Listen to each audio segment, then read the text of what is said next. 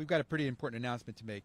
Obviously, I want to thank Sheriff Margaret Mims for letting us join her here in the county of Fresno. We just finished a meeting of a good number of law enforcement from throughout the Central Valley, what we call Zone 5 of the various zones of the state that the Attorney General's office will sit down with, and several of our county and city leaders in law enforcement. We had an opportunity to sit down and have a good conversation about some of the issues that and challenges that we have to face, and we do it in partnership together. So I want to acknowledge first and foremost that we had a lot of our leadership here in the Central Valley for law enforcement present to discuss some very important issues involving public safety for the people of the Central Valley.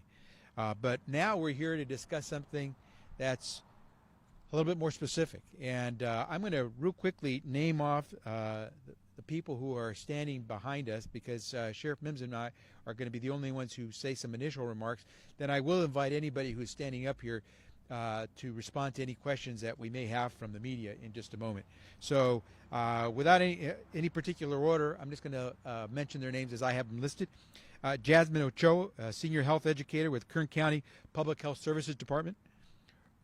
Rich McEachin, the Chief of Police, Dos Palos Police Department.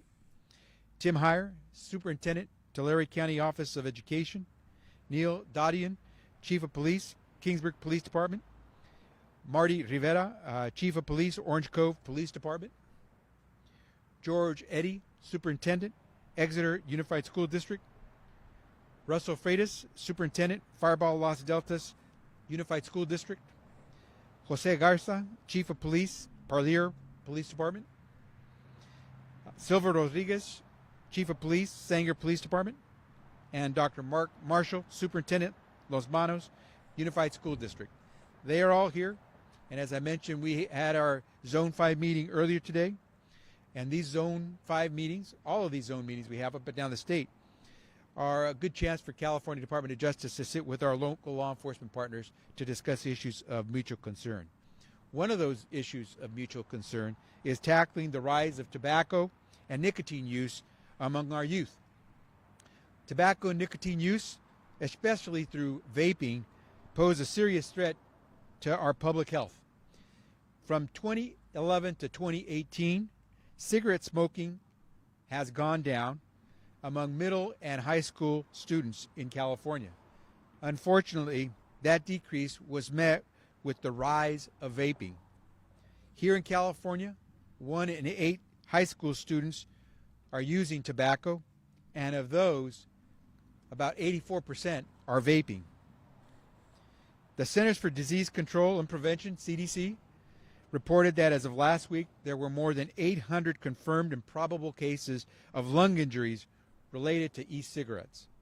So far, there have been at least 12 known deaths relating to vaping in the U.S. so far, 2 of those here in our great state of California. Given the unknown dangers of e-cigarettes and the challenges they pose, the CDC, the FDA, the U.S. Surgeon General, Dr. Jerome Adams, and California's acting public health officer, Dr. Charity Dean, have all recommended against all forms of vaping. These are products advertised with kid-friendly fruit flavors and celebrity endorsements, and kids, unfortunately, are buying it.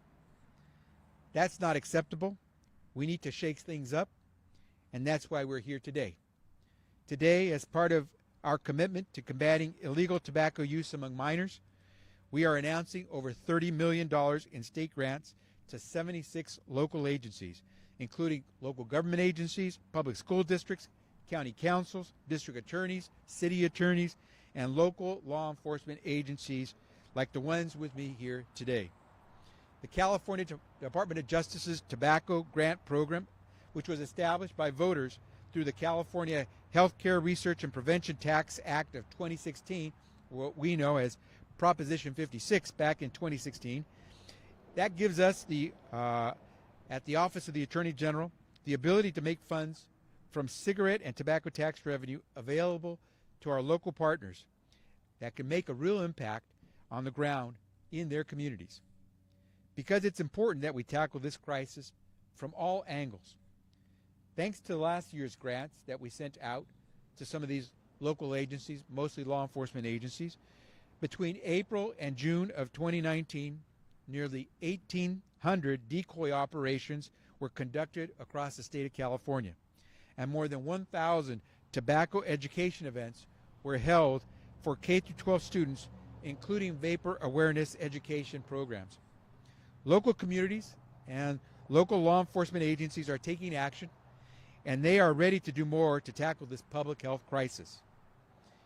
The grants that we're awarding today will support local communities in enforcing the law and educating our kids about the harms of tobacco and different tobacco products. $4 million worth of this year's grants have been awarded to 13 local agencies here in the Fresno area and in the Central Valley. They are the following: the Delano Police Department, Kern County Public Health Services Department, Dos Palos Police Department, Los Banos Unified School District, Exeter Unified School District, Tulare County Office of Education, Kingsburg Police Department, Firebaugh Los Deltas Police Department, Orange Cove Police Department, Parlier Police Department, Selma Police Department, Sanger Police Department, and the Fresno County Sheriff's Office. My office is dedicated to ensuring that the state has the resources necessary to curb the dangers of tobacco and protect the public's well-being. Preventing or reducing illegal sales of tobacco to minors will pave the way to a healthier California. We're committed to tackling the public health crisis that we now see with tobacco and vaping, and we're committed to tackle it head on.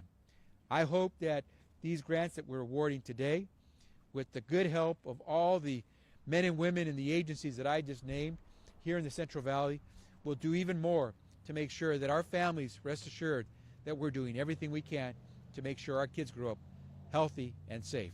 With that, let me now turn the microphone over to Sheriff Mims.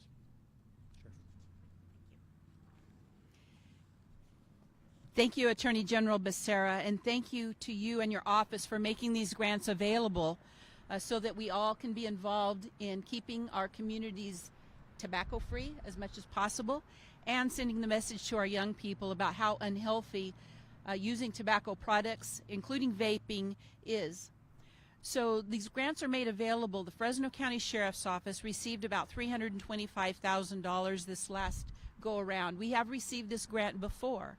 And some of the activities that we are involved in is what we call shoulder tap operations, where we actually use a minor to go into a business and see if they will actually be sold a tobacco product.